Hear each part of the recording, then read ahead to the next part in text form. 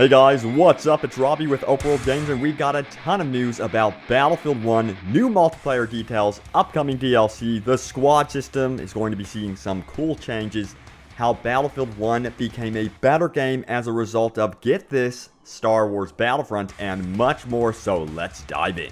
So, friendly community manager Dan Mitra had some things to say about Battlefield 1 through an update on the official Battlefield website. You can find that in the description below, by the way, so check it out. But he goes on to say, now you're able to create a squad before you actually enter into a game. Being able to join up with your friends and join into a game together makes it a much smoother experience and helps to make sure you're able to spawn on your buddies as soon as you're in the game. That's a great change, by the way. Cannot wait for that change.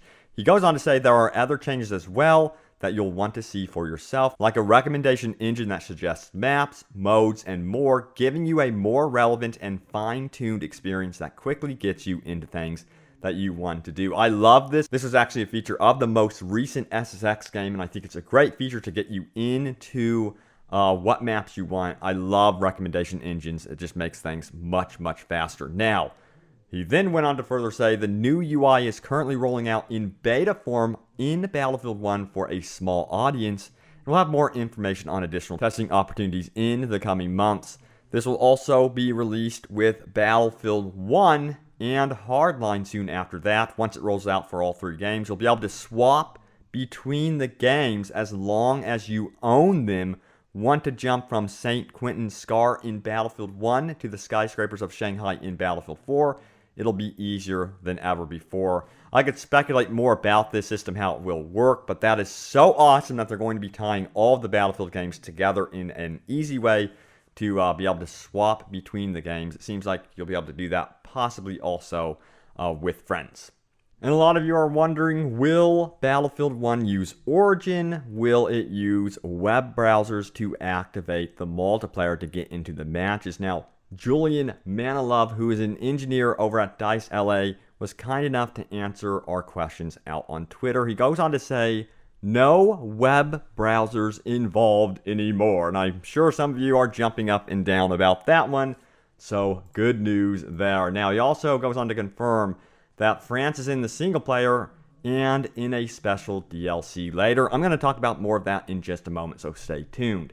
And finally, he says about the new multiplayer launcher that it's going to be a new thing and it is not going to be associated with Origin. More reasons to celebrate. Again, it seems like they're really in tune to your feedback. Now on to that DLC news, which I'm extremely curious about because Battlefield 4 had some freaking epic DLC, believe you me. It was freaking awesome and I cannot wait to see what they do to support the life of Battlefield 1. Now, in speaking to IGN, which you can find that full article in the description below, but it is in a different language, DICE's Julian Wera said this: to really do justice to the French army in multiplayer and once again to show a side that we're not used to seeing, we have chosen to dedicate an entire premium expansion with special treatment after the launch of the game. So it seems that DLC will revolve around adding nations and other forces down the road. The question is, will we see forces like the Russians eventually? So that would be really, really cool. What do you guys make of this? Now, the French army is going to be in single player, but it sounds like they are not fully developed right now for multiplayer. So this one is very interesting. It appears that Star Wars Battlefront has helped influence the Battlefield 1 development process. So Battlefront didn't have some features in it that a lot of the community wanted to see, and that has really taught DICE a thing or two about listening to their communities. So this is what DICE General Manager Patrick Bach had to say about it. He says, there's been a lot of crossover between how we think about our air combat between Star Wars Battlefront and Battlefield 1. Now that doesn't mean it's the same, it's actually far from it. There's much more of a physical presence to the biplanes. They're a little easier to fly than before, sure, but I still crashed more times than I care to admit. So they want to make flight a lot more user-friendly, not toned down, but it's one of the things I actually struggled with the most was the jets. Now, I got a hold of the helicopters just fine in the previous Battlefield games, but when it came to the jets, they were a little bit of a struggle. And from my time with playing Battlefield 1, they are much, much easier to control. That is the aircrafts of World War I.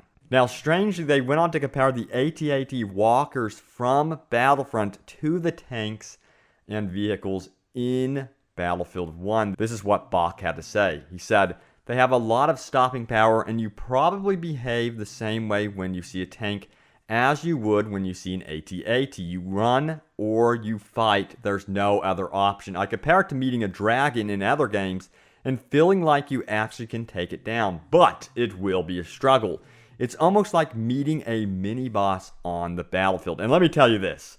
The tanks in Battlefield 1 are no joke, especially the heavy tank. Now, I managed to get in first place when I played with the heavy tank because everyone was just oblivious as to how to counter it, and there's many, many different ways to counter the tank, of course, but the only way to really bring a tank down is as a group, and that's one thing I love about the Battlefield games, is you have to do everything as a squad, as a team.